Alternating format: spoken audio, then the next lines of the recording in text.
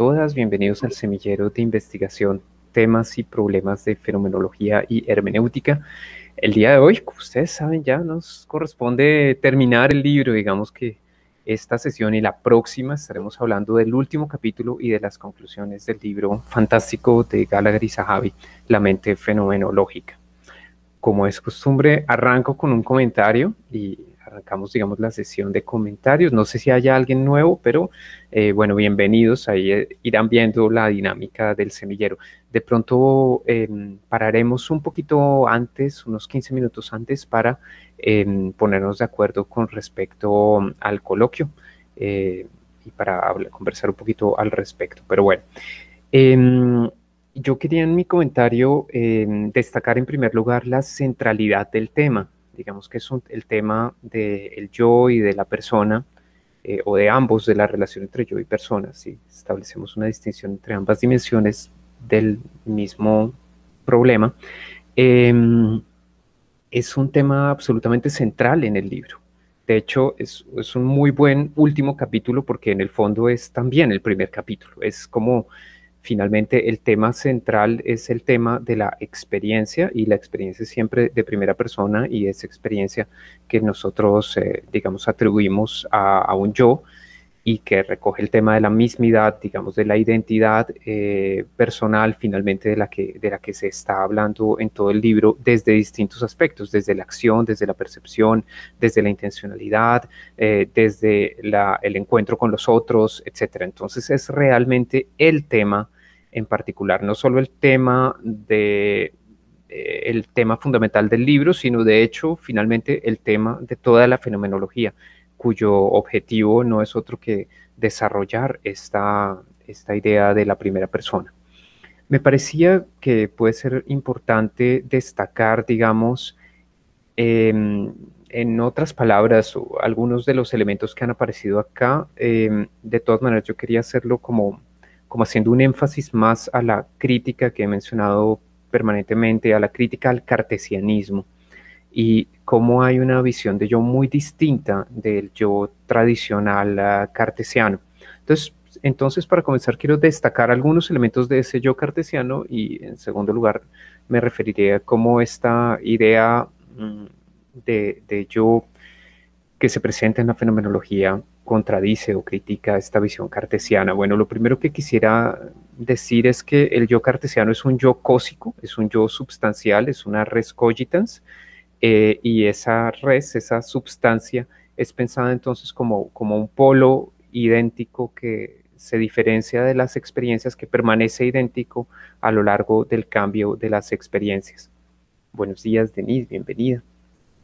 Muy bien, ese yo sujeto, sustrato de experiencias, es visto como una cosa, y esa es muy interesante, esta idea de cosa, esta idea de substancia, porque, digamos, desde Descartes se habla de una sustancia pensante, pero esa idea de substancia es precisamente lo que va a ser criticado aquí desde muchas visiones. Digamos que la idea es que la idea un poco, o lo que implica un poco el cartesianismo, es pensar el yo como una substancia, pensar el yo como si fuese una nariz o un corazón.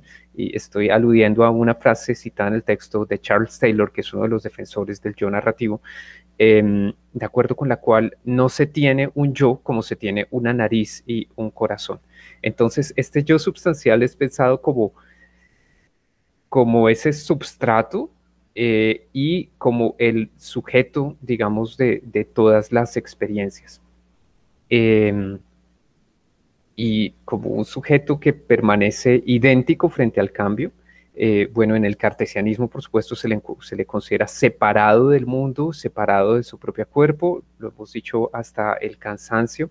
Eh, y, y bueno, eso más o menos, eso más o menos sería. Es sobre todo bastante centralizado también. Digamos, hay la idea del yo como aquello que posibilita y centraliza las experiencias, y por supuesto en el texto veremos que esto contradice un poco esta idea centralizada del yo, contradice un poco incluso los, digamos, descubrimientos o construcciones fisiológicos en los que se ve que el cerebro no es un centro de procesamiento unificado y de hecho con la propuesta más ecológica del yo y más abierta del yo en el que muchos de los procesos que atribuimos a la mente o al yo son en realidad procesos que se llevan a cabo teniendo en cuenta también el cuerpo y el medio ambiente.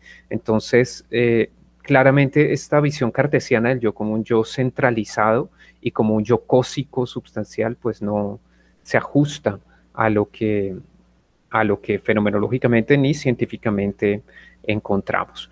Bueno, en el texto se presentan, distintas nociones de yo, se hace énfasis en el carácter problemático del yo y en las diferentes nociones, pero también se habla de una cierta complementariedad entre las dos visiones principales que se reflejan ahí y que luego se complementan con otros dos apartados. Y me estoy refiriendo a la complementariedad que hay entre el yo narrativo y la idea de un yo experiencial.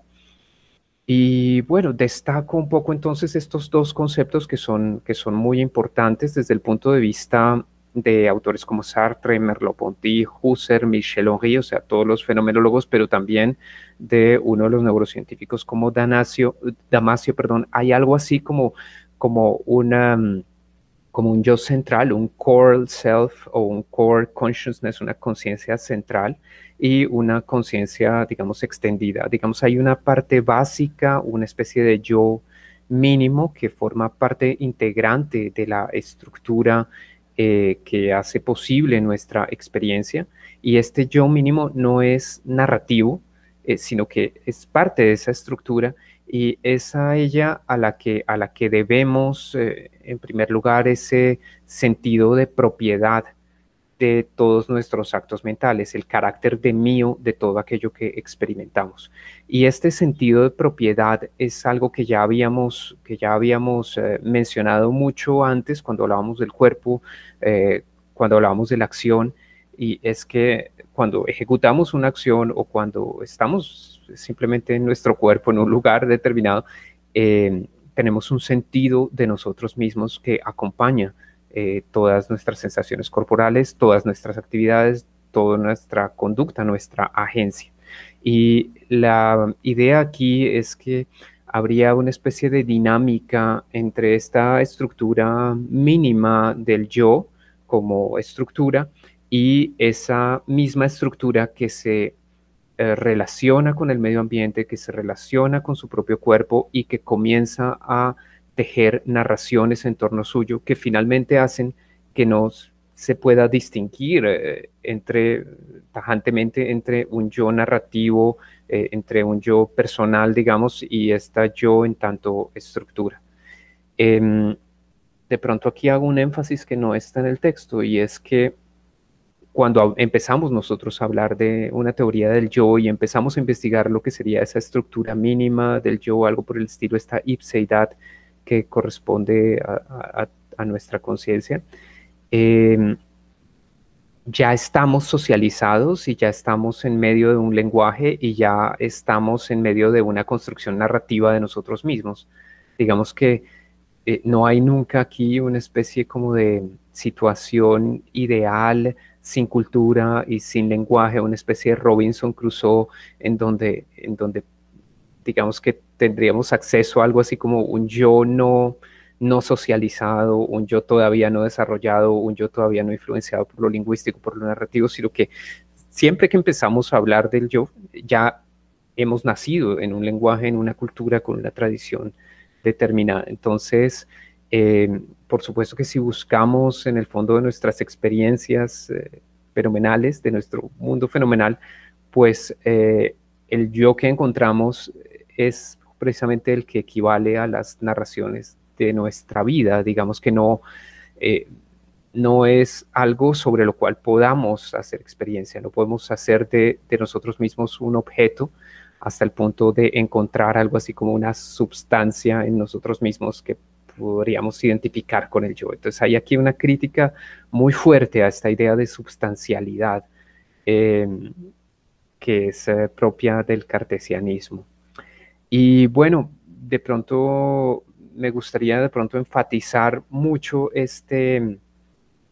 este carácter narrativo del yo, digamos, unido a este carácter estructural básico de la ipseidad, este carácter narrativo del yo porque muestra de entrada una idea que hemos intentado mencionar y sustentar durante toda la lectura del libro, y es la idea de un yo que no está encerrado en una conciencia o en una parte del cuerpo y que se enfrenta luego a un mundo que le es ajeno y extraño, sino más bien se trata de un yo siempre afuera, un yo siempre socializado.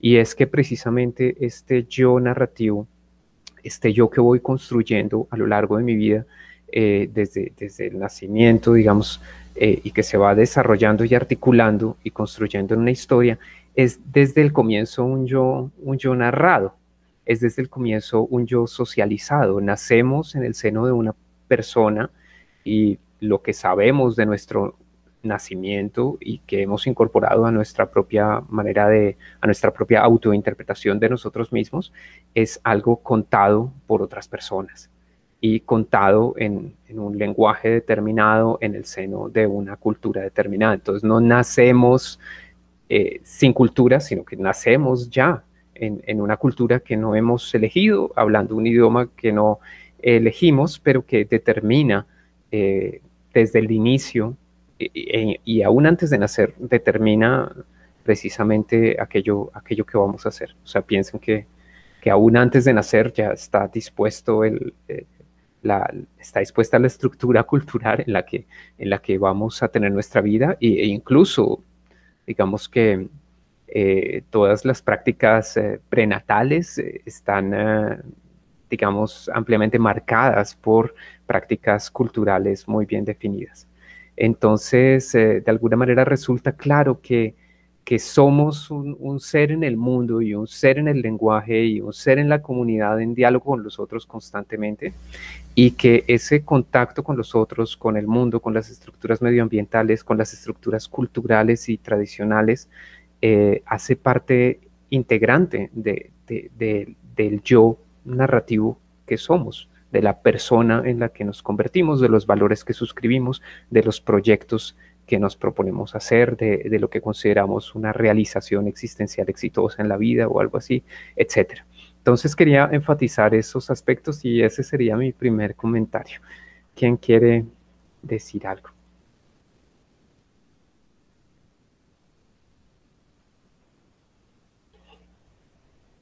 ¿Quién se anima? ¿Quién se anima? Buenos días.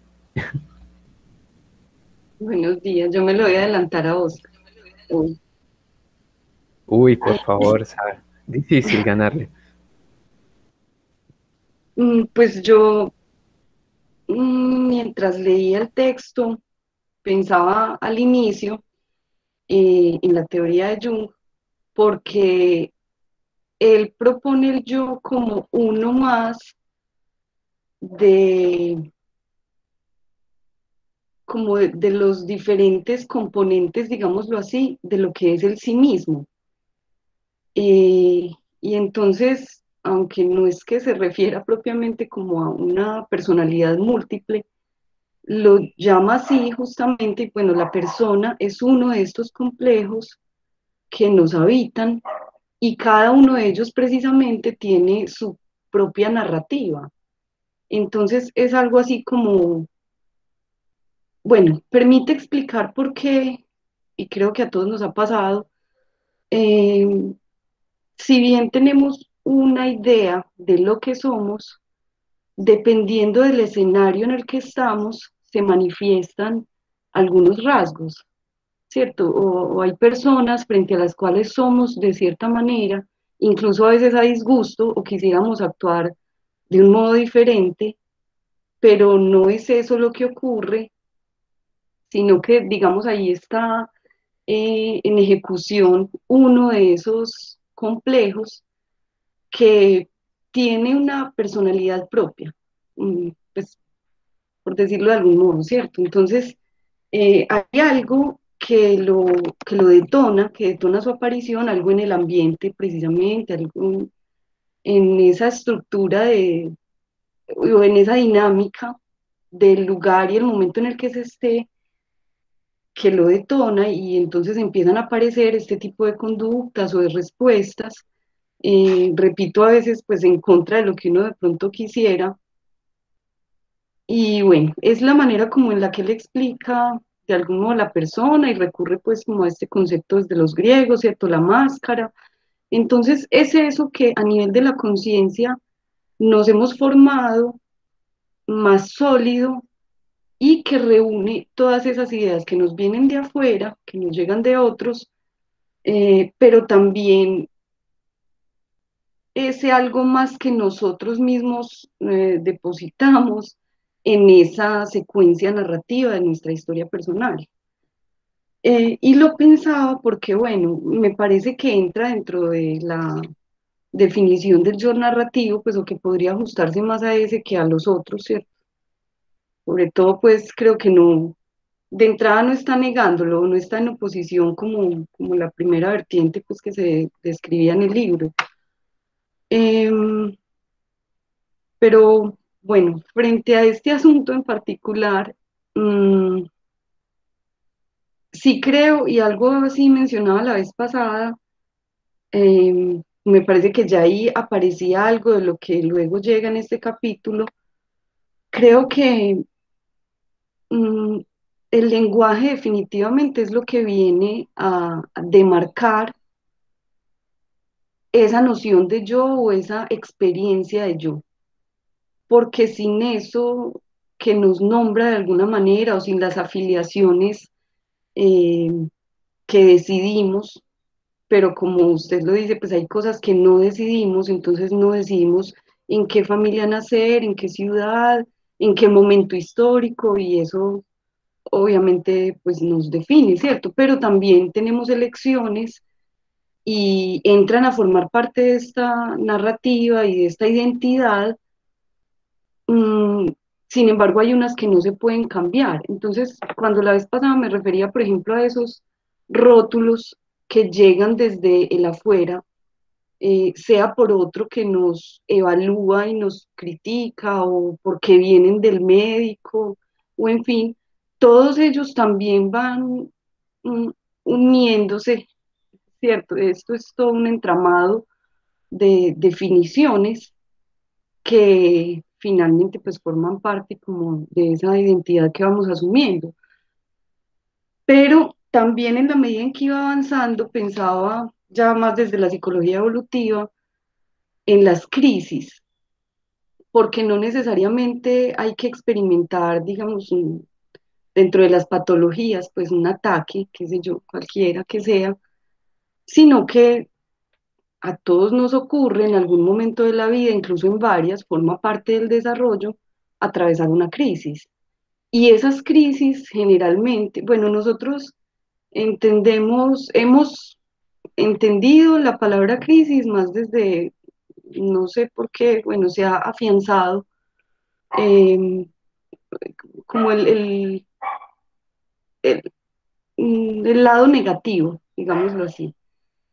Pero no, pues una crisis es cambio, ¿cierto? Crisis es transformación. Y a todos nos ha ocurrido que un evento X en la vida nos lleve a preguntarnos quién soy yo.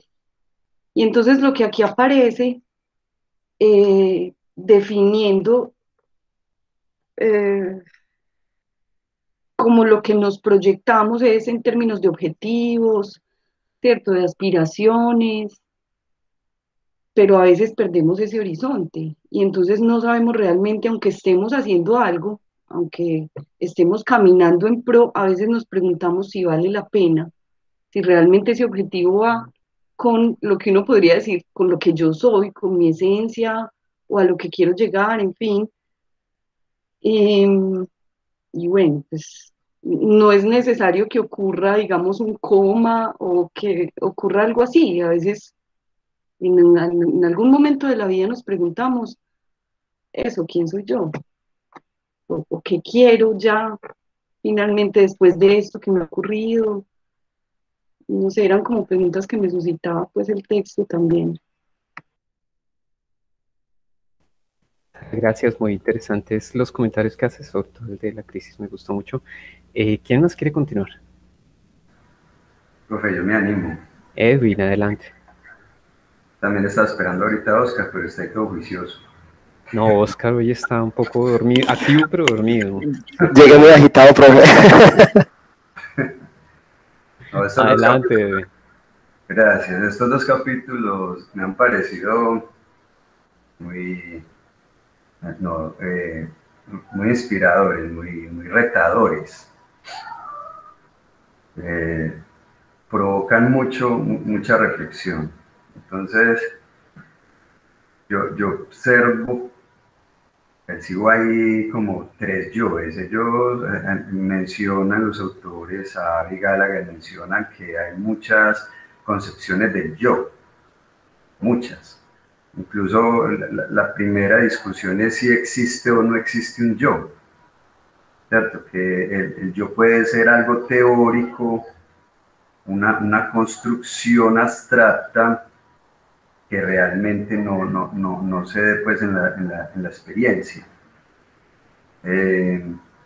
Y los tres yo que observo son el yo cartesiano,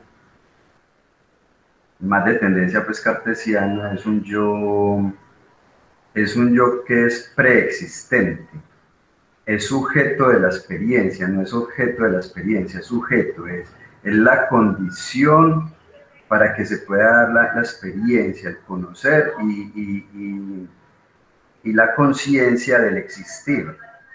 El yo pienso, luego existo, es porque hay un yo que es consciente de su existencia. Entonces es preexistente, es cerrado en sí mismo y es un yo que cartesianamente es transparente a sí mismo, que se reconoce, se devela, se identifica a sí mismo. En oposición a eso, pues entonces surge el yo narrativo o también el yo hermenéutico, que es un yo que se constituye en el lenguaje, se constituye en las relaciones sociales, se constituye en el tiempo. Es un yo que está planteado como que nunca está terminado, siempre es proyecto. Riquet vincula como estos dos yoes. Él no establece pues que el yo cartesiano no exista, no tenga posibilidad, sino que los complemente. Incluso Riquet utiliza dos términos para diferenciar como esta identidad del yo que se va constituyendo en el tiempo, que es el yo, que es el idem, la identidad idem, y el de la identidad ipse, el de la ipseidad. Entonces, más sin embargo, el idem es el yo o la identidad que permanece en el tiempo, tiene permanencia. Pero incluso Riquet no le da a este idem que sea un núcleo inmutable, permanente. No parte como de esa hipótesis, pero sí le da un carácter de permanencia en el tiempo. Y el yo de la ipseidad es un yo que se constituye hermenéuticamente en el transcurso del tiempo, a través de la intersubjetividad, del lenguaje, del contexto. El mismo texto plantea entonces otro yo, que es el yo, que es un yo mínimo, el yo de la experiencia, un yo que es núcleo, es core, como lo dicen ahí, un core, un centro que tiene estructura, que tiene estructura de tiempo y estructura de experienciación.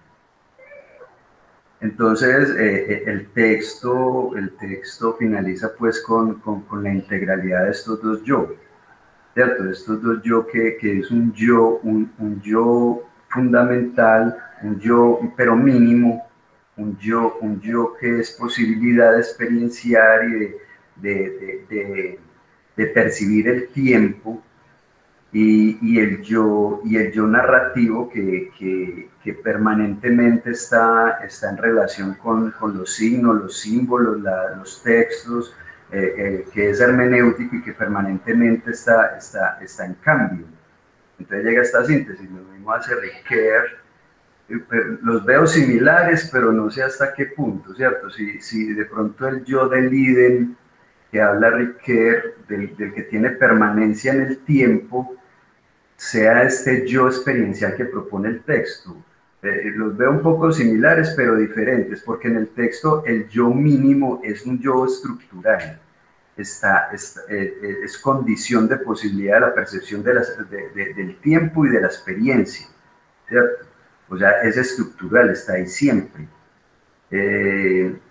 Ricoeur en esa identidad y el no tiene esa hipótesis de que sea inmutable, pero sí que tiene permanencia en el tiempo.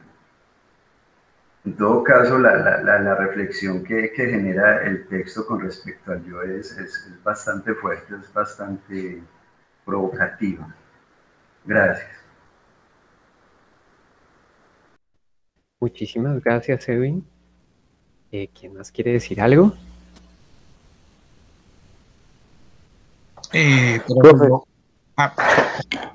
Dale, Mario, dale, no hay problema. Nos cruzamos acá, pero bueno. Adelante, Mario, después Oscar. Ok. Básicamente para complementar lo que comentaba Edwin acerca de Ricoeur, digamos lo que él considera que esa mediación entre permanencia y cambio, entre ese idéntico a sí mismo, entre ese sustrato que no cambia y ese otro que es posible en elipse, ese tipo de mediación se lleva a cabo en el relato y es donde adquiere pues una preponderancia la narrativa en Ricoeur. Básicamente a través del relato, tal como se configura allí la identidad de un personaje, un lector puede proyectarse a sí mismo en ese mundo de ese texto y encontrar otras formas de estar en el mundo. Eso es como muy a grosso modo lo que plantea Ricoeur. Y a través de esas formas de proyectarse en el mundo del texto y encontrar otras formas de ser en el mundo, el sujeto puede refigurar, lo llama Ricoeur, su identidad. Digamos lo que, y esto tiene que ver con mi trabajo de tesis de maestría, el punto, digamos, más límite que se encuentra donde la identidad se ve afectada es la enfermedad.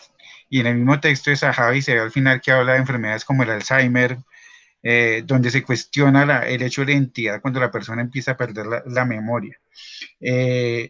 Básicamente lo que pues, plantea Ricoeur es que hay que el relato, la narrativa nos da una concordancia y permite, por ejemplo, una historia de vida. Y que esa concordancia tiene como su némesis es en la discordancia de los eventos de una vida y que es a través de esa narrativa que puede lograrse una configuración a través del arte compositivo. Y eso es lo que logra un lector que, como vuelvo y repito, se proyecta en ese mundo del texto. Básicamente, pues, esto se está trabajando hoy en día en lo que se llama medicinas narrativas, que es encontrar cómo ese paciente, ese enfermo desorientado, que no sabe dónde está, que todos hemos sido en algún momento, puede encontrar nuevos rumbos a través de rehacer su historia de vida, de narrar su propia vida, lo cual recae en algo que es el testimonio y en las narrativas de enfermedad, que no solo permiten a ese enfermo volver a tener una coherencia de su propio yo, sino que también permite que a través de ese relato otros se proyecten en él mismo y encuentren pues otras formas de estar en el mundo. Básicamente ese es como el comentario que quería hacer. Muchísimas gracias por traer este tema de la medicina narrativa, Mario, que Ana Mercedes va a comentar más tarde también. Oscar, adelante. Bueno, profe, compañeros, quisiera pues como hacer un comentario de dos aspectos más bien, o vamos a ver si nos da para el tercero. Bueno, a mí, honestamente, hay un punto en el texto que me gusta mucho y el cual nos retoma mucho y es el yo espiritual. Hay un yo espiritual al que se hace alusión en esa caracterización de algunos yoes, y me gustaría pues como, no sé si el profe conoce un poco este autor James, que es el que de alguna manera aparece ahí pues como referido. Si de pronto me puede colaborar con algún texto para mirar un poco ese aspecto. Justamente porque encuentro otro capítulo del texto, Patologías del Yo, donde hay una, digamos, una tematización de lo que es la esquizofrenia. Y aparecen pues, varios elementos referidos, entre ellos es uno que dice que la vida interior de alguna forma se ve reemplazada por una perspectiva de tercera persona. Entonces, en ese ámbito de la esquizofrenia, y aquí Sara pues, nos puede colaborar también mucho con este aspecto, inmediatamente pensaba en la experiencia que tienen muchos pueblos, por ejemplo, la experiencia chamánica. ¿Qué sucede cuando de pronto, digamos que en ese ámbito de lo espiritual, la persona refiere, digamos, el mensaje de otro, otro, digamos, no sé por qué está hablando de esto, pero digamos que refiere como la experiencia de otro ser dentro de sí? O sea, esto me parece pues como que espectacular y simplemente lo quería mencionar para mirar quién más tiene pues como elementos que me pueda aportar a entender esta perspectiva, cómo desde la fenomenología se entiende una experiencia, por ejemplo, de este tipo, si digamos que tiene que ver más con un tema esquizofrénico o delirio, o realmente se puede revalorizar una experiencia como tal. Bueno, ese es como el punto que quería dejar ahí. En el segundo aspecto también quería pues como resaltar otro punto que me pareció muy interesante. Esta semana estuve leyendo un texto de Engels y aparecía pues como varios elementos del desarrollo cultural, sociocultural que ha permitido de alguna forma pues la humanización, de alguna manera. Entonces en ese ámbito también quería pues como traer a colación el papel de lo que ha sido, si bien el lenguaje, también el trabajo en esta nueva idea que hoy tenemos de la mente corporizada. Justamente porque este capítulo, este texto, en el capítulo de la mente corporizada aparece de alguna forma una génesis donde creo que fue Denis la que alguna vez nos comentaba pues cómo el hombre en esa posición vertical pues empezó como a tener otra forma de adaptación pues como el entorno. Entonces simplemente quería pues como señalar esas cosas que me parecieron pues como posibles desarrollos para entrar pues en discusión en relación con otros temas. Muchísimas gracias, Oscar. Muy interesante todo. Adelante, ¿quién más quiere decir algo? Bueno, yo quiero Ana decir, Cecilia. Ana, Perdón, Ana Mercedes y después Ana Cecilia, que vi que prendió el micrófono. No te escapas, Ana Cecilia, tampoco. Adelante, Ana Mercedes. bueno, yo quisiera como hablar yo creo que yo hoy descubrí el agua que moja, pero que el agua moja, pero me parece muy interesante, es con relación a la psicología, ¿sí? Yo pienso que ese espacio de terapia es un espacio privilegiado para poder como encontrarse ese sí mismo, ese yo como centro, como primera persona con el narrativo, ¿sí? Pienso que es un espacio donde uno se lee con otro, ¿sí? Es el psiquiatra, el psicólogo, la persona que lo está orientando a uno para descubrir ese mundo que hay ahí tan sutil, que es el yo que está atravesando todo y que a la vez está complementado con el mundo donde está, con ese ser en el mundo. Entonces, en ese sentido yo quisiera decir que hay una deuda, o será que los psicólogos como profesionales no sean como quien dice, puesto en la tarea de revalorizar y reivindicar su papel en la humanidad, pienso yo, porque mire que, bueno, en los colegios o en las EPS, la remisión a un psicólogo es cuando estás muy mal, pues cuando ya es evidente que estás agotado, no solo físicamente, sino también como en su experiencia como ser humano. Y eso es lamentable. Así como hay un médico general que le asignan a uno, yo pienso que debiera haber un psicólogo que también le asignan a uno y esos dos lo acompañen a uno en su ser, en su diario vivir. Pienso que la humanidad sería diferente, donde se mirara el aspecto del acompañamiento, de la terapia, como estar constantemente conversando esos dos espacios, el espacio del yo, que lo llaman a ellos central, como centro de gravedad, como lo mío, con lo otro que también soy yo, pero que a veces no está en coherencia, o necesitamos esa búsqueda. Yo pienso que es esa búsqueda constante la que nosotros hacemos, ¿sí? Como mis convicciones, mis ideales, hay veces se ven resquebrajados o hay veces no los entiendo, es porque no estamos como vinculados.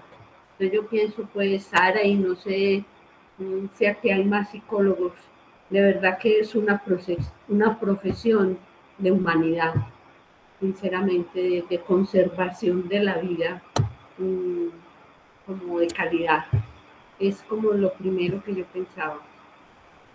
Y lo segundo también, que tiene mucho que ver, es el instante de la inspiración en cualquier expresión de arte. Yo pienso que ese momento es también sublime, como encuentro de lo más íntimo de uno con su mundo, con lo que lo sensibiliza, lo impresiona, lo entristece. Para mí es un momento muy especial también en la humanidad, la inspiración y el arte. Son pues como esas dos cosas que yo veía ahí relacionadas con ese yo narrativo y con el yo autoexperiencial. Muchas gracias por ese bonito comentario en ambos aspectos, en el del arte que dijiste muy poquito y en el de la psicología. Adelante, Ana Cecilia, que iba a decir algo antes también. Buenos días. Yo siempre me asusto y al final nunca digo nada. Feliz año, Ana Cecilia. Qué bueno escucharte. Esto era lo que yo quería comentar, era respecto a la conexión del yo con la conciencia, porque cuando uno está leyendo la explicación acerca del yo es inevitable relacionarlo con el capítulo 4 y ver que el yo encarna muchos de los asuntos de la conciencia, en especial el asunto de la temporalidad.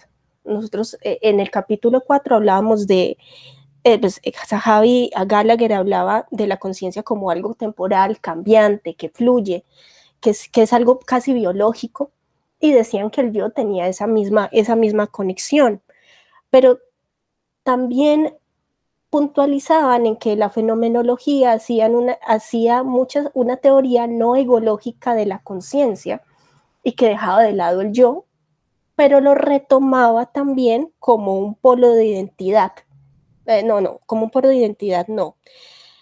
Lo retomaban como algo necesario para hablar de la persona y el sujeto, más no como un polo de identidad como en la tradición se menciona. Entonces, a mí lo que me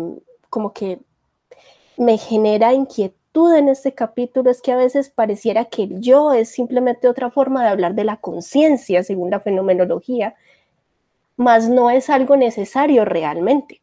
O sea, hablamos del yo por practicidad, porque nos permite hablar de la persona, porque nos permite hablar de esa construcción narrativa tan importante, pero realmente el yo es simplemente un sinónimo de lo que es la conciencia. Ese es un tema que me gustaría que discutiéramos un poquito más, porque pareciera que el yo es la misma autoconciencia o la misma conciencia fenomenológica, más no es algo separado, es decir, como tal el yo no, por decirlo así, es una ficción teórica, más no tiene realmente una realidad experiencial, como lo diría Damasio, sino es simplemente una forma de hablar de la persona, más no más se pudiera equiparar a la conciencia. Es más o menos el tema que quisiera proponer ahora para discutir.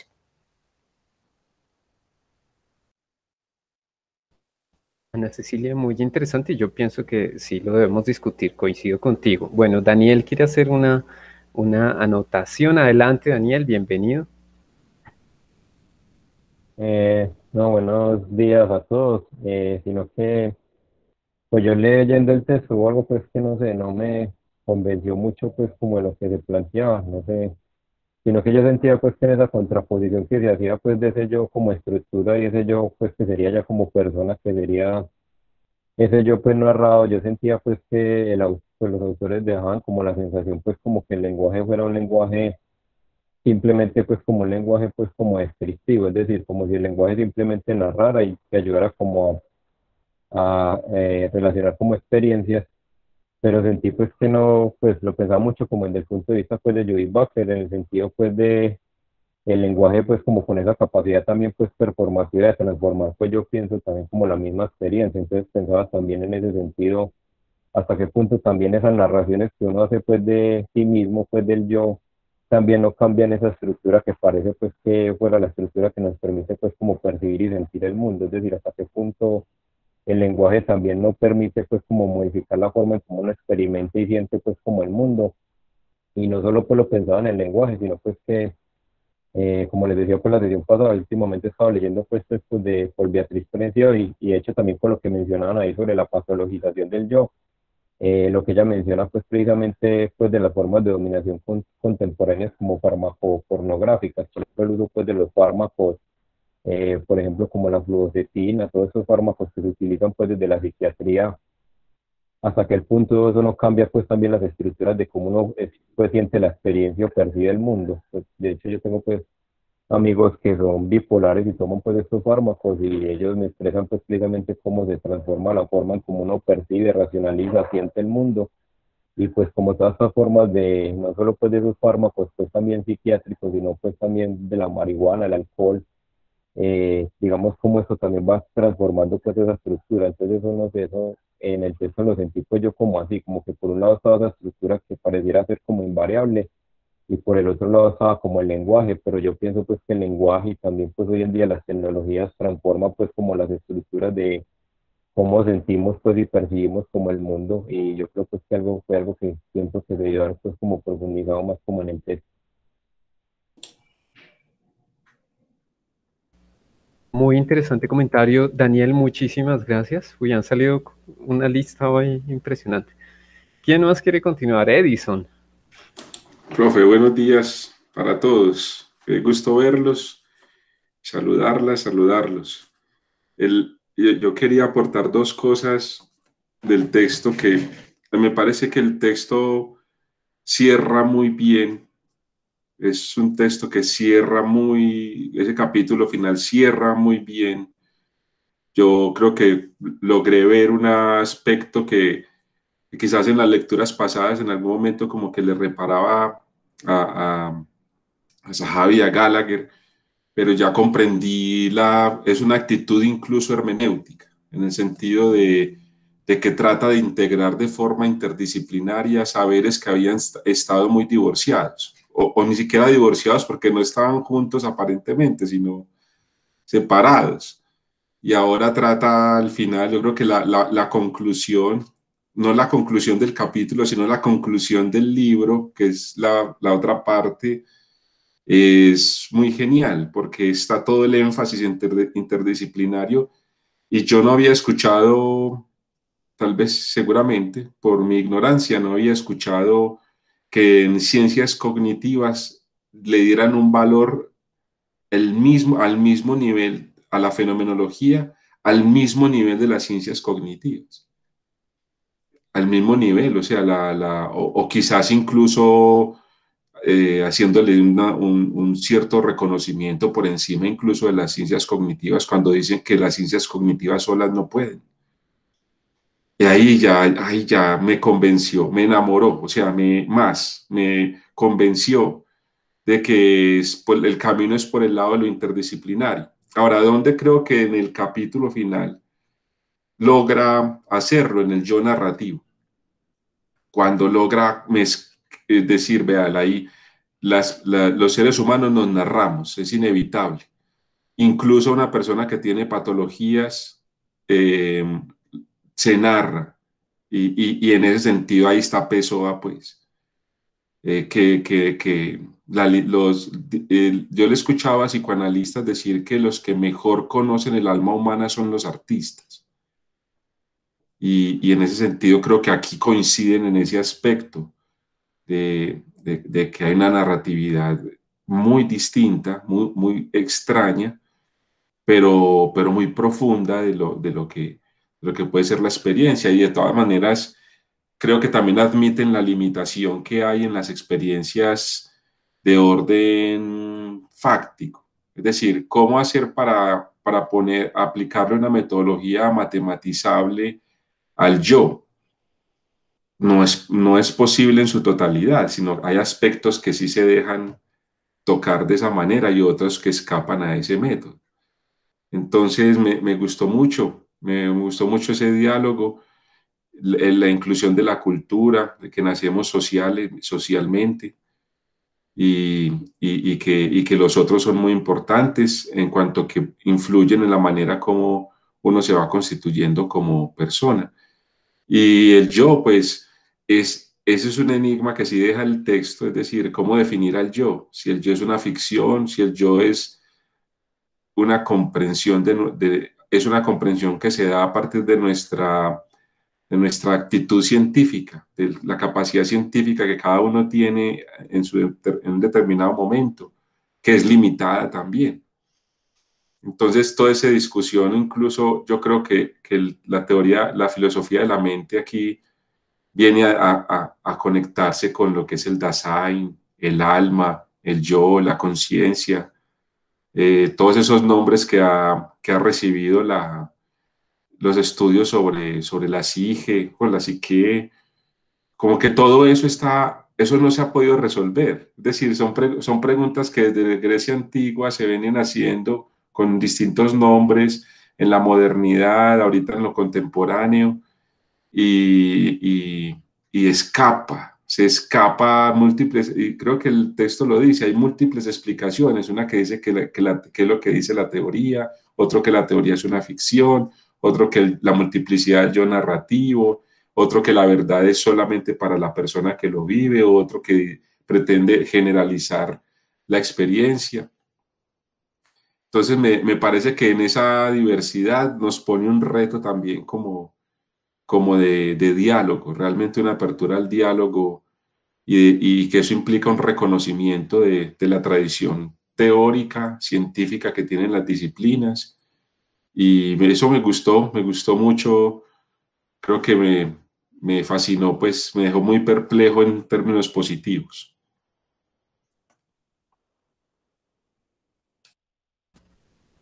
Muchísimas gracias, Edison.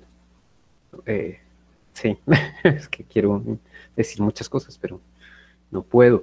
¿Quién más quiere continuar? Profe, yo quería decir algo antes de sus muchísimas cosas, porque es que me han gustado mucho los aportes de todos y de verdad que, o sea, la mayoría son temas por los que yo me he interesado, pues, y como los que he procurado trabajar, entonces no puedo evitar como un intento ahí por conjugarlos, y sobre todo a partir de lo que planteaban a Cecilia, porque es cierto, o sea, hay que establecer la distinción entre qué es ser, y muy desde el punto de vista pues fenomenológico, ¿cierto? ¿Qué es estar frente al mundo, pues a una experiencia X, ¿cierto? Y bueno, y pararse y experienciar, y qué es decir yo soy. Eh, bueno, ya Ana Mercedes pues y Edison hablaban del arte, muy bonitos pues ambos comentarios, pero sobre todo me resuena a mí el que decía Edison sobre esta afirmación de que los artistas son como quienes mejor experimentan, digámoslo así, la alma humana, o quienes tienen un mayor conocimiento.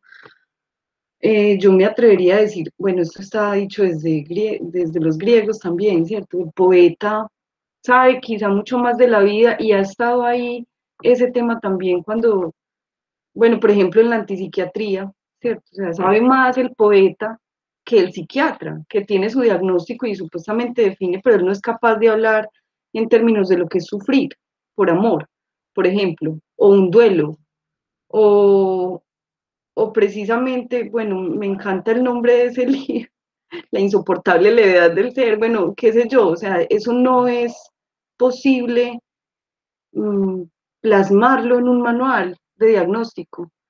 Y entonces entra también aquí, pues, como el aporte de Daniel, me deja pensando mucho porque, volviéndolo a conectar, pues, con el comentario de Ana Cecilia, ¿dónde está entonces ese yo, cierto? En quien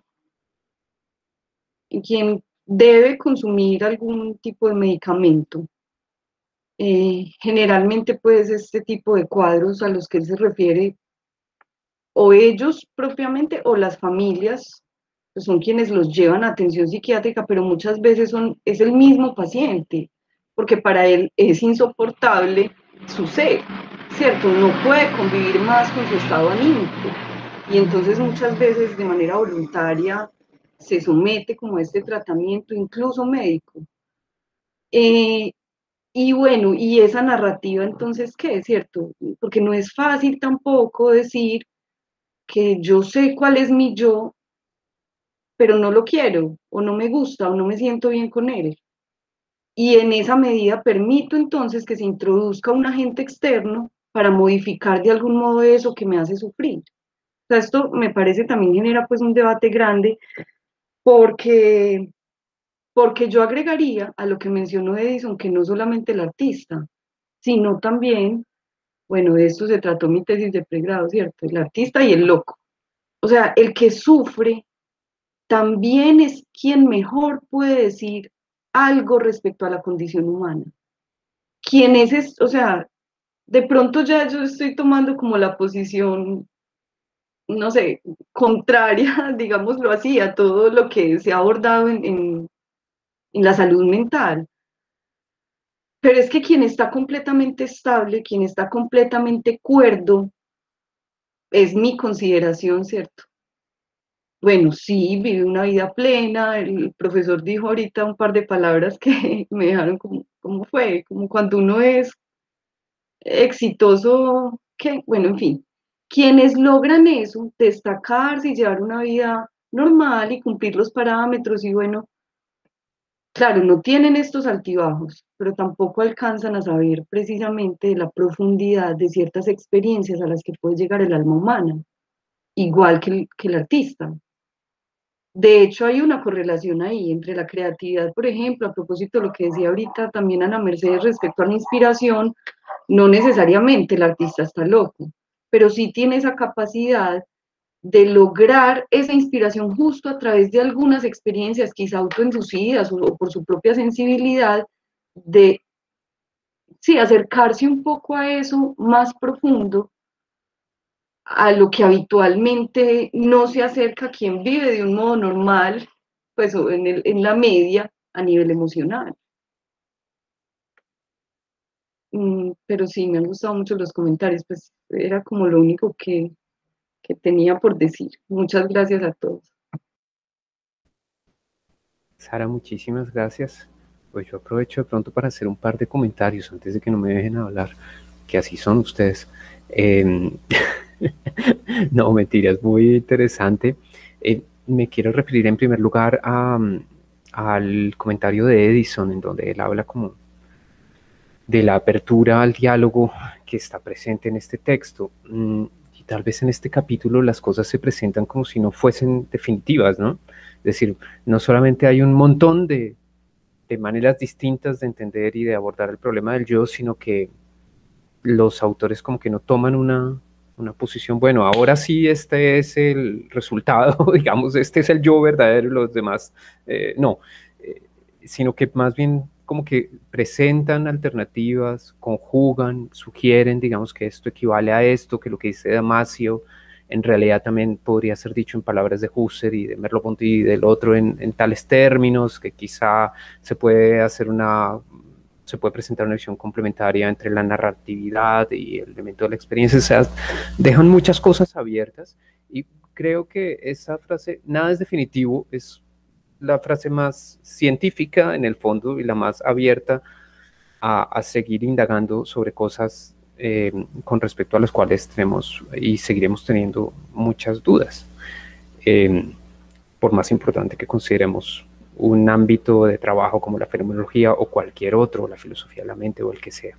Entonces eso es muy importante. Y me quería referir también al comentario de Daniel Suárez, que también refleja cosas que otros han dicho, pero específicamente Daniel dijo que de alguna manera le parecía aquí que era una visión del lenguaje un poco simple, como pura descripción y narración, y que no mostraba el carácter performativo del lenguaje, cómo el lenguaje mismo puede transformar la experiencia, modificar la forma como experimentamos y sentimos el mundo, y mencionó también los fármacos como agentes, digamos, de transformación de nuestra experiencia del mundo, y coincido con él en muchas cosas, es decir, el lenguaje efectivamente es capaz de transformar nuestra experiencia del mundo.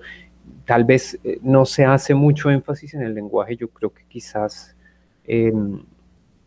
no hay un capítulo sobre el lenguaje en este libro, de hecho, un capítulo sobre la cultura, etcétera, pero si uno mira el manual de las ciencias cognitivas 4E, en el que ellos también colaboraron y otros textos de fenomenología y ciencias cognitivas, hay capítulos muy interesantes en donde el lenguaje y la cultura aparecen como agentes modificadores de la experiencia de mundo, y creo que todavía no ha sido muy desarrollada esa perspectiva, pero en efecto pienso que está muy claro que no se puede separar tajantemente, uno puede hacer la distinción, pero no se puede separar tajantemente aquello que hace posible nuestra experiencia en cuanto a estructura, ese yo experiencial, de ese yo narrativo. Yo intenté como decir algo al respecto al inicio, o sea, no podemos separar tajantemente ambas dimensiones, porque aquello que precisamente somos y aquello en lo que consiste el yo está dado por la manera como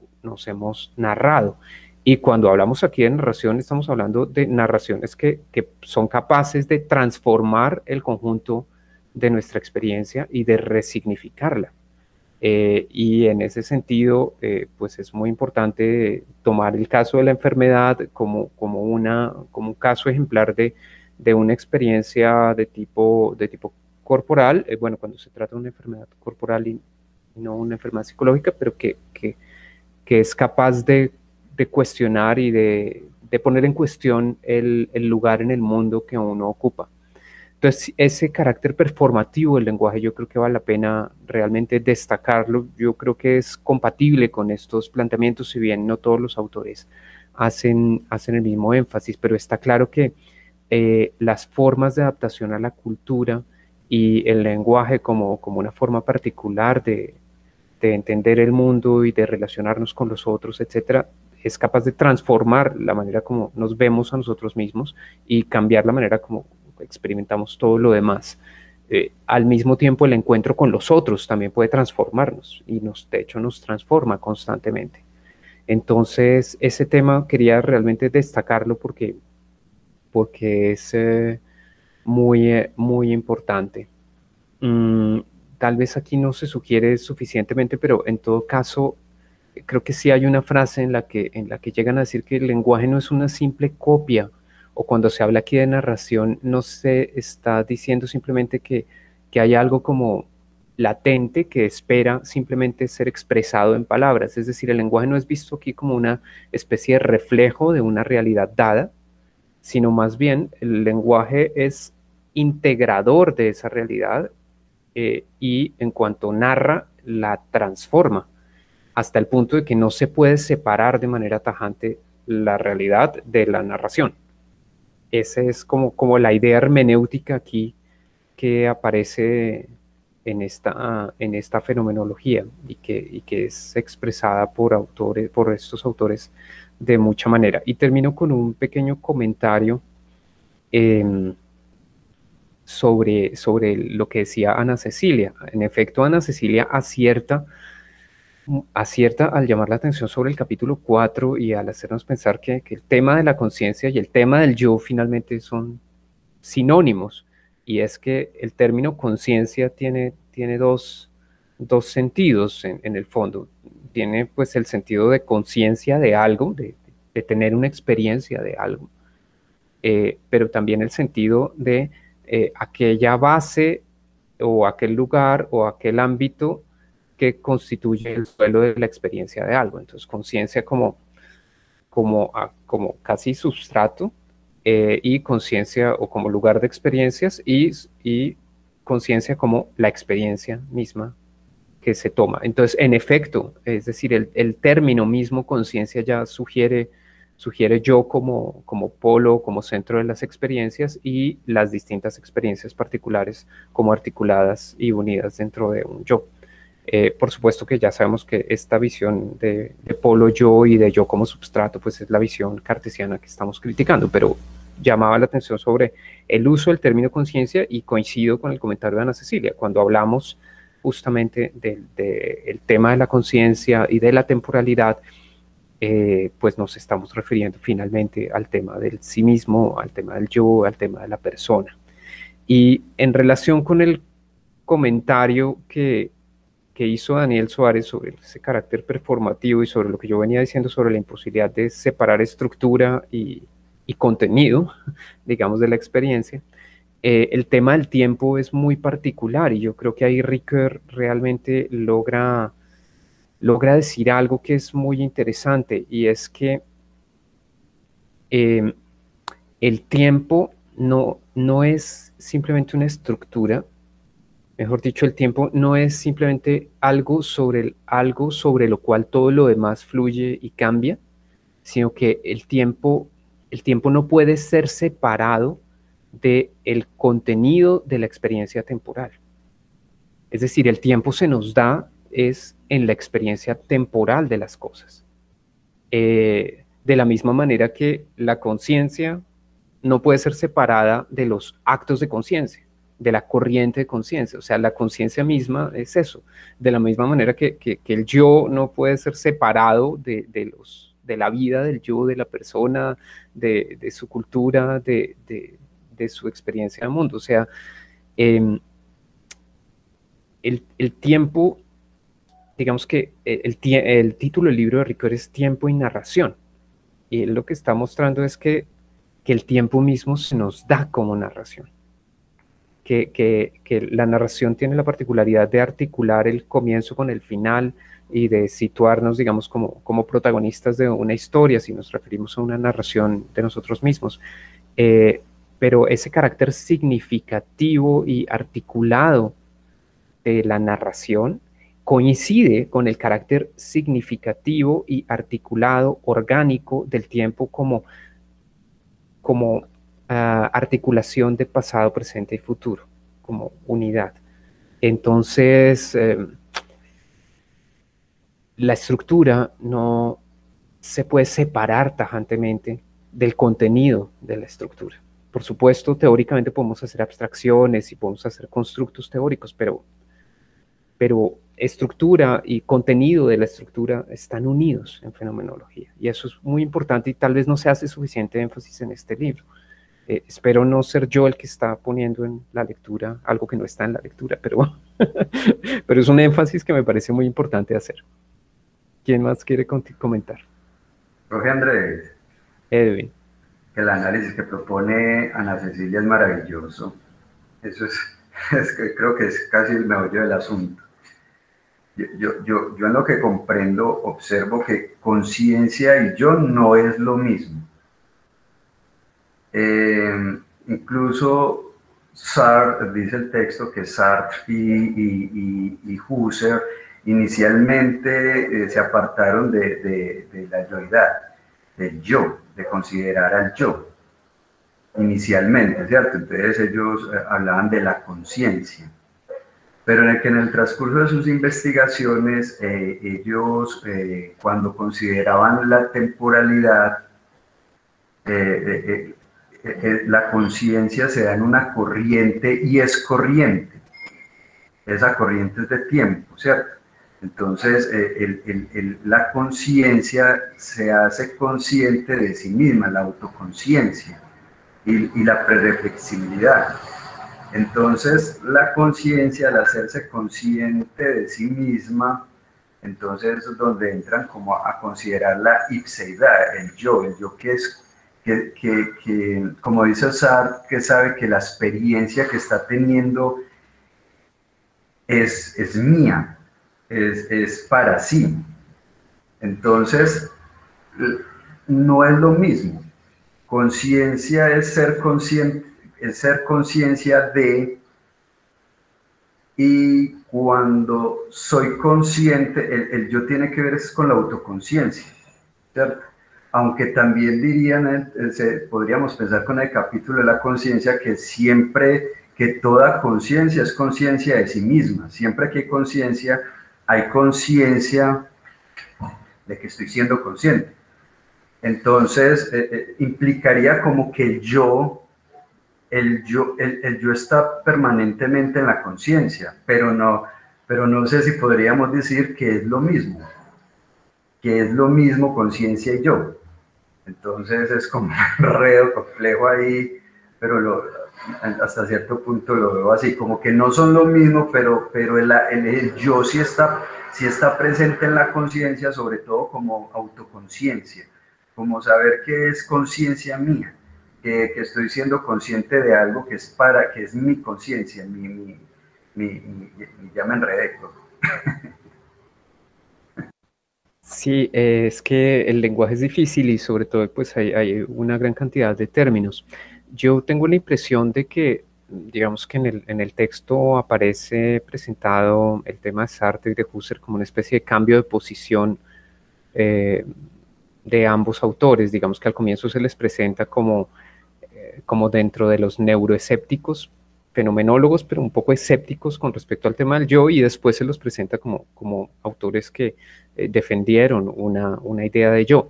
Pero en el fondo a mí me dio la impresión de que ambas posturas son completamente compatibles. Digamos que Sartre decía que el yo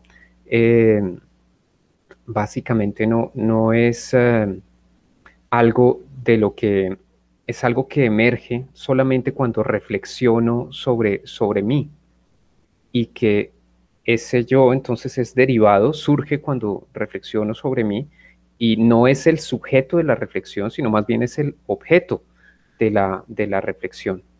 Y esta posición me parece ciertamente compatible con la otra. Es decir, en la otra posición se hacía énfasis en el sentido de propiedad de mis actos de conciencia. Yo, digamos que cuando tengo experiencia de cualquier cosa, una experiencia perceptiva o cualquier tipo de experiencia, sé que esa es mi experiencia y no la de nadie más. Pero eso no implica una especie de autoobjetivación constante en la que yo, además de tener experiencia, reflexiono sobre el hecho de que soy yo quien tiene experiencia. No es eso, sino que más bien hay una especie de sentido prereflexivo de propiedad que es inherente, digamos, a mi experiencia de las cosas.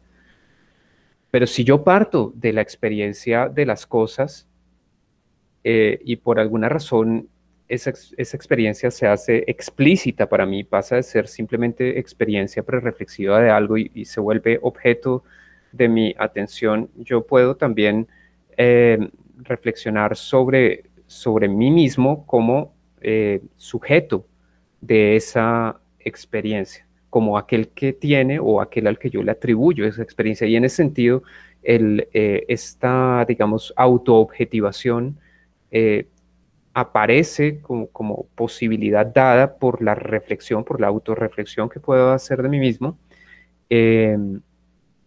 Y yo vería completamente, digamos, complementaria esta posición con la otra. Afortunadamente podemos leer una segunda vez, pero yo vería que es completamente complementaria. Y de hecho creo que este es el camino que aparece en las meditaciones de Descartes, las meditaciones escritas por el propio Descartes. Él de alguna manera plantea al yo como substancia una vez que ha reflexionado sobre sí mismo y en cuanto ha hecho de ese sí mismo sobre el cual reflexiona objeto de su experiencia. Y luego, digamos, utilizando la idea de Sartre, lo que hace Descartes es finalmente tomar aquello que es objeto de su experiencia como si fuese sujeto de su experiencia. Y ahí hay una, hay una afirmación de Sartre muy provocadora y que es muy interesante. Él dice: yo no tengo más certeza de mí que de las otras personas. No es más certero el yo propio que el de los otros. Digamos, si ese yo cósico es resultado de la reflexión, de la autorreflexión, pues digamos que no hay más certeza de mí mismo que de cualquier otra experiencia, porque ese mí mismo al que he tenido acceso ha sido dado para mí a través de la experiencia. Entonces, digamos que no habría más certeza en un punto que en otro. Yo creo que apunta con razón. Entonces yo en principio vería una complementariedad entre ambas posiciones, es decir, ese neuroescepticismo inicial que veía el yo como resultado de un acto de reflexión no es incompatible con la afirmación de que en todo acto de conciencia tengo un sentido de propiedad de mí mismo. Yo vería más bien lo segundo como una especie de desarrollo posterior de lo primero, de profundización en lo primero, pero me parece que ambas posturas pueden seguir siendo compatibles. Desde luego tendríamos que darle una segunda mirada al tema dentro de 8 días, yo creo. Oscar, adelante. Profe, yo tengo una hipótesis con relación pues a lo que usted planteaba al principio, bueno, planteaba en un comentario anterior. Es que yo pienso que entonces desde ese punto de vista el yo se dice de muchas maneras, para utilizar de pronto esa expresión aristotélica. Y yo creería que de pronto los autores sí optan por esa idea dinámica entre el yo narrativo y el yo experiencial. Me parece que ahí sí, no sé, me late que toman parte por esta perspectiva. Por la perspectiva más de un yo narrativo, pues aunado en el yo experiencial. Por otro lado, quisiera también pues como comentar algo acerca de la conclusión del libro, donde nos dicen también que de alguna forma esta idea de fenomenología no solamente recupera la primera persona, sino también de alguna forma la segunda persona. Y eso quisiera pues como tenerlo presente para hacer la siguiente pregunta, y es el papel que cumple o que desempeña la narración que otra persona pueda tener de mí en mi propia narración, perdón. Me parece que hay todo un tema que de alguna forma también atañe a este carácter que Daniel citaba sobre el lenguaje performativo, porque me parece que da pues en un punto especial, digamos, en diferentes ámbitos, sobre todo de la vida política, para citar algunos ejemplos pues en el país. Entonces me parece pues como muy importante.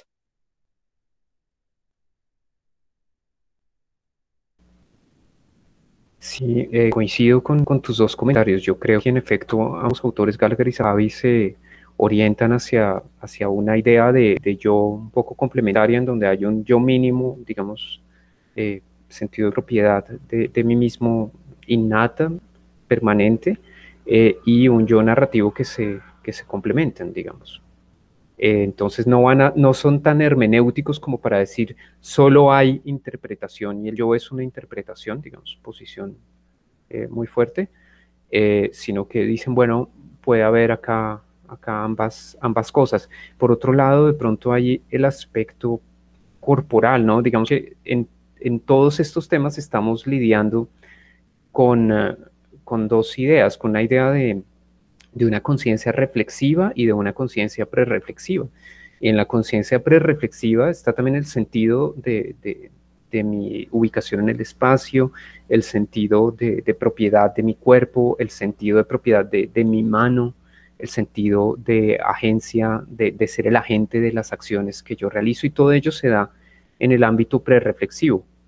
Entonces, el ámbito reflexivo es siempre secundario, es, como su nombre lo indica, es reflexivo, surge después de que algo no funciona o se experimenta una disrupción o algo por el estilo.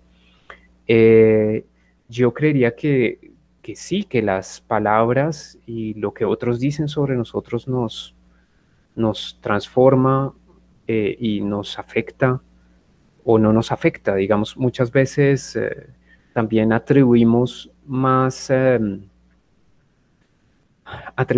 importancia a lo que unas personas nos dicen y menos a lo que otras personas nos dicen. También eso ocurre. Y de pronto, ya que Oscar mencionó el tema político, pues valdría la pena mencionar explícitamente un tema que es muy importante y que merece nuestra atención también en esta época, y es el tema de cómo se ha ido trasladando este yo narrativo que somos, cómo se ha ido creando y ampliando ese yo narrativo que somos a las redes sociales, y cómo en el marco de las redes sociales se construye una idea muy clara de yo basada en aspiraciones de éxito, en fotografías que te ponen cara de ponqué, feliz todo el tiempo, basado también en unos patrones culturales muy determinados. Es decir, esta, digamos, herramienta tecnológica y esta manera de socializar en las redes sociales ha ido también creando una cierta imagen pública de nosotros mismos que no necesariamente coincide con nuestro yo narrativo más íntimo y cotidiano, ese yo que conocen nuestros familiares y nuestros amigos y nuestros estudiantes, las personas con las que interactuamos diariamente en persona, ¿no? O en pantalla también, pero de otra manera. Pero ese aspecto de las redes sociales entra aquí. Y bueno, aprovecho de pronto para hablar del término crisis que mencionó Sara, que me pareció muy importante, porque en efecto hay momentos en donde se experimenta una disrupción, y muchas veces esa disrupción tiene que ver con el sentido de lo que queremos hacer en el mundo, con el sentido de cómo nos ubicamos en él, y también dentro del yo está la posibilidad de experimentar una crisis de sentido en muchos aspectos, y ese yo dinámico precisamente tolera la refiguración, la reconfiguración, por decirlo así. Bueno, ¿quién más quiere comentar algo?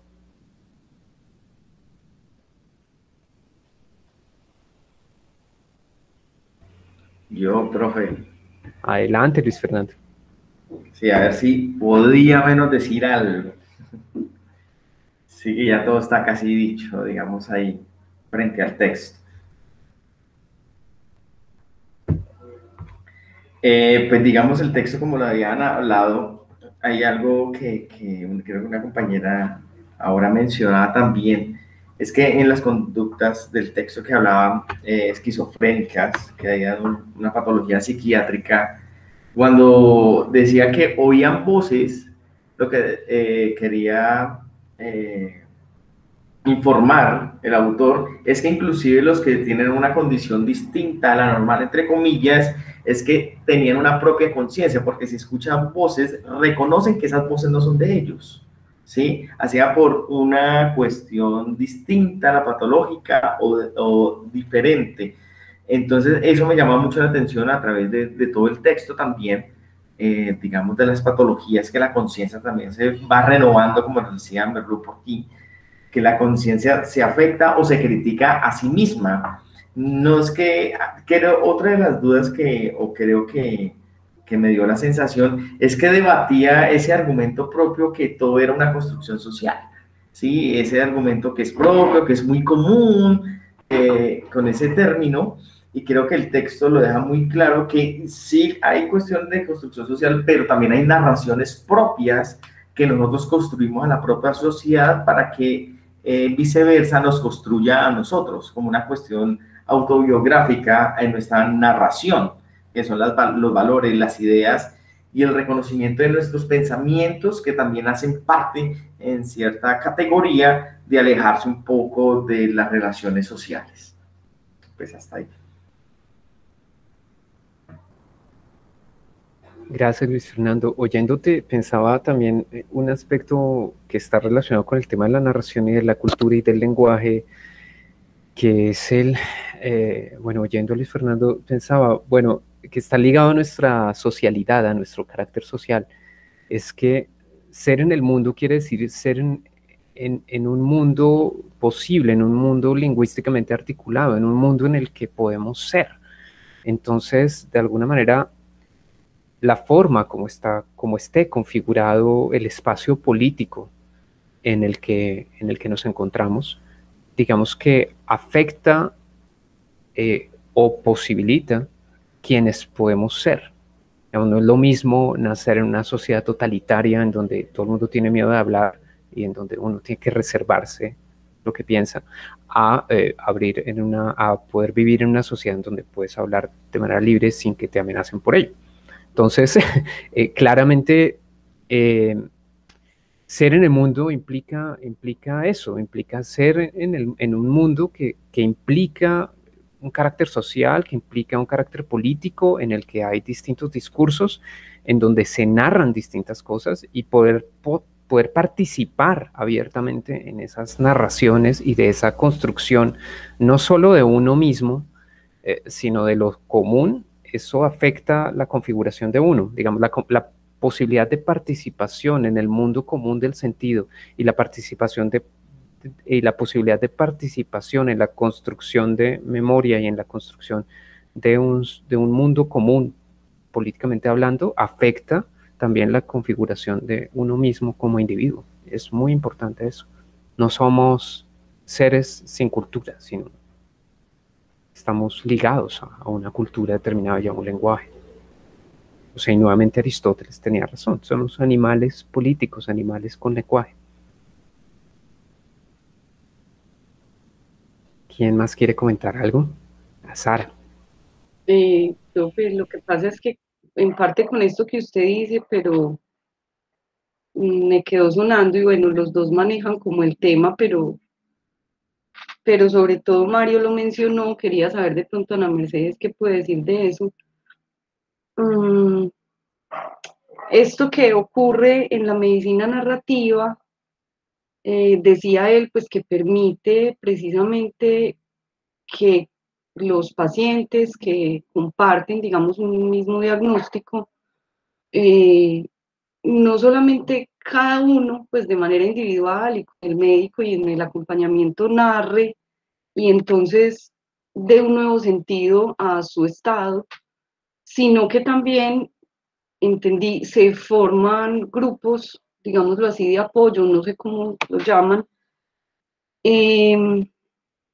Bueno, pero entonces Ana Mercedes ahora cuando intervino, hacía la pregunta, pues, o más bien hacía como el llamado a la importancia de la atención psicoterapéutica como algo que debería formar parte de ese, como de ese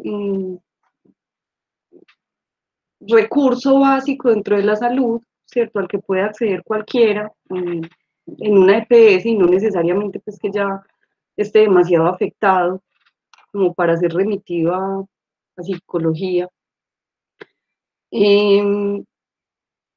Bueno, digo que me hizo pensar en esto por lo que usted dice, por lo que pesa, lo que unas personas puedan decir acerca de uno, y creo, Ana, que esa es una de las dificultades que atraviesa la psicología. Bueno, por lo menos yo creo que ya lo he mencionado alguna vez, por lo menos fue algo que me hizo a mí repensar esa práctica. En el psicoanálisis se llama resistencia, pero pues yo creo que lo de menos es el nombre. Yo veo que eso está ahí, ¿cierto? Y que por más que uno en algún momento, pues las personas vean la necesidad de ser escuchados y todo, llega un momento en el que cuando ya se requiere una devolución o algo, no, o sea, como que hay una barrera ante escuchar eso que el otro pudo haber percibido o leído. Lo decías de una manera muy bonita, pues que la psicoterapia es leerse con otro, y bueno, y la lectura no es algo pasivo, cualquier tipo de lectura, en este caso, la lectura de una vivencia o de una vida, ¿cierto? De un trayecto, de un evento, pues siempre implica interpretación. Y cuando ya se llega a ese momento de escuchar la interpretación del otro, pues entonces hay como cierta aversión a lo que puede hacer esa lectura y esa interpretación, y yo creo que eso no permite la gran mayoría de las veces avanzar. Entonces, en realidad, aunque como se planteó el psicoanálisis al principio, pues era algo demasiado demandante en términos económicos, pero también de tiempo, pues o sea, un proceso de años, ¿cierto? Que te lleve años, no es fácil. La psicología, pues desde otras corrientes ha permitido como facilitar eso, y aún así las personas, pues hablo, yo sé que estoy generalizando, ¿cierto? Pero también forma parte de este estar preparado o tener cierta disposición para eso, para enfrentarse como con la imagen que el otro pueda devolver. Eh, y de ahí pues vuelvo como a esto de la sensibilidad, ¿cierto? O de quien se sumerge voluntariamente o no, pues a través de la patología, pero en el caso del artista, quien va como a lo más profundo, no todo el mundo tiene esa capacidad. Entonces, pues un proceso empezado también no se logra la finalidad, frustra bastante, pues también desde el punto de vista del profesional. Yo creo que eso es una limitación, ¿cierto? Y que sería pues como para pensar, de cada uno, por parte de cada uno, qué tan dispuesto está uno a escuchar, no solamente lo que uno sabe y considera y puede narrar de sí, sino también lo que otro puede devolver.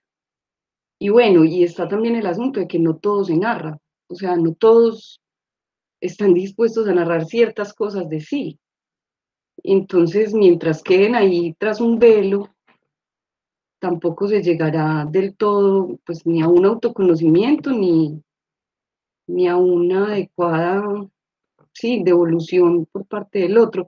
Pero entonces, decía lo de Mario porque me parece muy bonito, y siempre están esos espacios en los cuales quienes ya dentro de su identidad se han, mm, se han hecho cargo de cualquiera que sea pues el nombre y todo lo simbólico que eso pesa sobre su estado.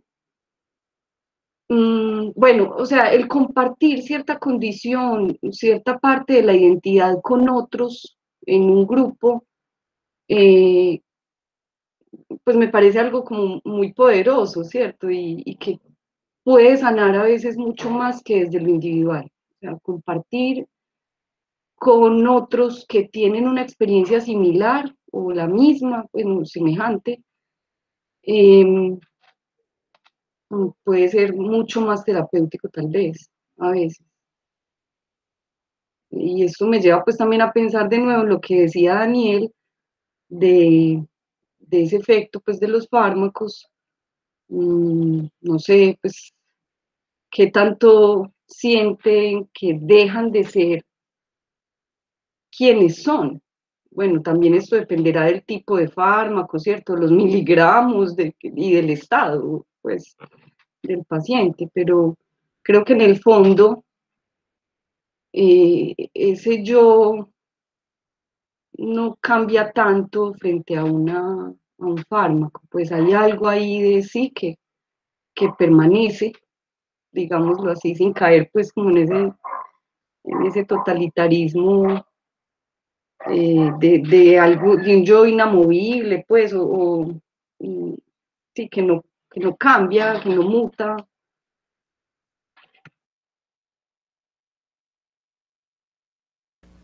Sara, muchísimas gracias. Bueno, yo quería hacer un último comentario, no es que sea el último de todos, si alguien más puede comentar después de mí. Claro que ya nos toca ir cerrando, pero quería hacer un último comentario, por lo menos de mi parte, para avanzar un poco en algo que el texto no dice, y es cómo opera la narración y cómo integra la narración nuevos elementos en la configuración de mí mismo. Y esto me lo hizo pensar Sara con su comentario anterior, y es que aquí ella dijo que no todo se narra, y ya está hablando, por supuesto, de la represión y de la resistencia. Pero eso me hizo pensar en la concepción del lenguaje hermenéutica que manejan autores como Ricoeur, Gadamer, que es muy fenomenológica. Y es una idea del lenguaje en donde el lenguaje no se agota en lo dicho o en el conjunto de palabras o del léxico que utilizamos para hablar, sino también en lo no dicho. Y dentro de ese ámbito de lo no dicho, pues está en el fondo mucho de lo que es indecible o permanece insondable, y de lo que jamás llegaremos a saber finalmente. Entonces hay una relación dialéctica entre lo dicho y lo no dicho. Esta relación dialéctica entre lo dicho y lo no dicho es complementaria a la relación dialéctica que se presenta entre lo prerreflexivo y lo reflexivo. Mucho de lo que somos prerreflexivamente jamás llegaremos a saberlo reflexivamente.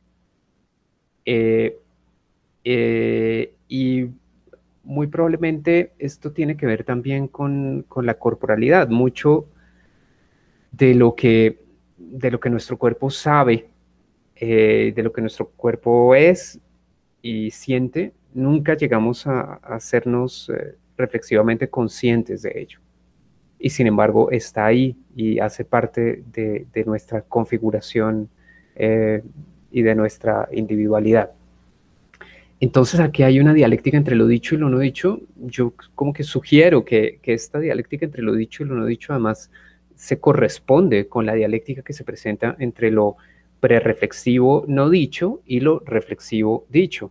Es decir, la reflexividad es una estructura que permite convertir las cosas en objeto, hacerlas conscientes, y también se corresponde con la estructura del lenguaje en términos de sujeto y predicado de una cosa a la que se le atribuyen propiedades. Entonces aquí hay una correspondencia en cierta forma entre lo que sería un enunciado explícito dicho y un ámbito prerreflexivo de sentido prelingüístico, pero que determina y posibilita lo lingüístico, expresivo, enunciativo. Esta idea del lenguaje es muy heideggeriana también. Heidegger describe la relación entre conciencia prerreflexiva y conciencia reflexiva en los términos en los que acabo de decirlo. Pero quería mencionar otro aspecto que yo creo que aparece de una manera un poco menos explícita en estos autores, pero que también es constitutiva y que muestra un poco lo que Daniel mencionaba del carácter performativo del lenguaje. Y este aspecto que voy a escribir lo encontramos en la lectura de Fricker. Cuando leímos, ella nos decía que de alguna manera los prejuicios identitarios, los prejuicios culturales sobre identidad, podrían de alguna manera naturalizarse o podrían convertirse en algo así como una segunda naturaleza. Es decir, algo que en algún momento otra persona nos dice, algo que en algún momento circula, digamos, en la cultura o en el lenguaje, puede verse incorporado literalmente, puede volverse parte de nuestro cuerpo, y el carácter o el criterio para determinar si algo ha sido incorporado es, como ustedes ya saben también por Zahavi, creo que estaba en esta lectura, o yo no sé si estoy mezclando lecturas, pero bueno, el criterio para determinar que algo se ha incorporado, sea una herramienta, sea un aspecto del lenguaje, un prejuicio cultural o cualquier cosa, es que ello ellos se convierten en, al igual que el cuerpo es autotransparente, ellos se convierten en un medio a través de lo cual uno comprende todo lo demás. Entonces, así como nuestro cuerpo es autotransparente y se olvida y no somos conscientes de él, pero él nos permite ser en el mundo, de la misma manera, lo que ha sido incorporado culturalmente se vuelve transparente, y no solo transparente, sino que percibimos a través de ello el mundo, y además lo hacemos de una manera inmediata. Ese es como el tercer criterio, se vuelve inmediato. Y eso hace que podamos hablar aquí de una especie de segunda naturaleza. Y entonces vuelvo a mi primer comentario. La primera naturaleza, o lo que sería ese yo mínimo, o ese core self, o algo así, o conciencia primera, o lo que quiere, como central, como quieran llamarlo, esa primera naturaleza no está totalmente separada de la segunda. Porque la primera, digamos, en el fondo, nunca la encontramos, cotidianamente nunca encontramos una primera naturaleza pura, sino que siempre esa primera naturaleza pura ya está en contacto con los otros, ya ha sido socializada, ya ha incorporado en sí misma elementos que corresponden a lo que llamamos segunda naturaleza. Y ese es, diría yo, el primado hermenéutico que tiene que haber aquí. Es decir, la interpretación no es algo accesorio, posterior a lo que es, no es un añadido a la realidad, sino que la interpretación es constitutiva de la realidad y la transforma. Y por supuesto nosotros podemos hacer investigaciones para intentar identificar elementos innatos que no cambian y todo, por supuesto, pero nunca tenemos acceso a algo así como una estructura pura sin interpretación. La manera como se nos presenta nuestra experiencia del mundo y nuestra experiencia de nosotros mismos es siempre interpretada. Es esta unidad de primera y segunda naturaleza. Bueno, aquí probablemente he dicho cosas que no dicen Zahavi y Gallagher, pero yo creo que van en la misma dirección o lo complementan bien. Bueno, no sé si alguien más quiere comentar algo y de pronto como elaborar su propia conclusión sobre este texto que vamos a leer una segunda vez dentro de 8 días, como para cerrar y dejar un momento para hablar del coloquio. Profe, sí, yo quisiera Oscar. decir dos cosas muy puntuales. Primero, que en estos días escuchaba a un reconocido politólogo decir, a Gilberto Tobón, nos mantiene en las redes sociales, decir que a los políticos colombianos no hay que ponerles cuidado a lo que dicen, sino a lo que no dicen. Entonces me parece pues como muy interesante ese aspecto.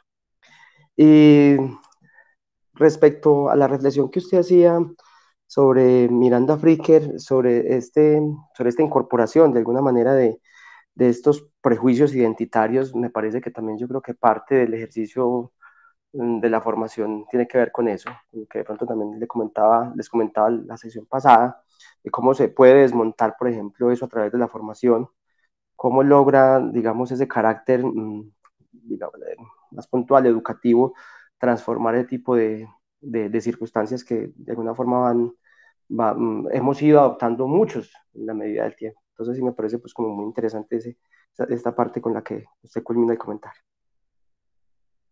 Oscar, gracias. No comenté lo de la experiencia chamánica, por lo cual preguntabas, pero ahí no puedo decir mucho, solamente que Varela, Thompson y Roche, los fundadores, digamos, del enactivismo, en este libro de Cuerpo Presente, o La Mente Corporalizada, como era el título original, se ocupan de la meditación Zen, como experiencia, intentan, digamos, abren o incorporan en la perspectiva, digamos, de las ciencias cognitivas, explicaciones sobre la experiencia del no yo, por ejemplo, que se da en la meditación. Entonces, ahí habría muchos elementos que recuperar, y estas experiencias, digamos, chamánicas, o esta experiencia de vacío, de no ser un yo, por ejemplo, todo esto se ha intentado también explicar desde este punto de vista de la fenomenología en diálogo con las ciencias cognitivas, y ya hay trabajos en esa dirección. No te puedo decir más, pero yo vería que es posible hablar, digamos, o intentar dar explicaciones de cierto tipo de experiencias. Experiencias psicológicas o potenciadas por fármacos también. Esto se ha hecho. Sara. Pues yo no sé, profe, si en unión con la fenomenología, pero la psicología transpersonal, que surgió pues como en los 60, 70, también trabajaba con eso, con estados alterados de conciencia, y de ahí pues derivaban como un desarrollo teórico en conjunto, sí sé, con la antropología, pues trabajando muy de la mano con ellos, sobre esto, ¿cierto? Que surge a partir de esos estados alterados de conciencia, que puede emerger como algo para encontrar como ese sustrato básico, ¿cierto? Y también las modificaciones que se dan, a que llevan, y muy, como preguntaba Oscar, pues o mencionaba, desde lo espiritual, pues trabajando también como esa conexión o ese desarrollo más bien de la espiritualidad. Listo, Sara, muchísimas gracias por el comentario. Bueno, a las personas que se van a retirar, un abrazo. Muchas gracias por participar, y voy a parar aquí la grabación, digamos, de la sesión para de pronto ponernos de acuerdo con respecto al coloquio. Muchas gracias.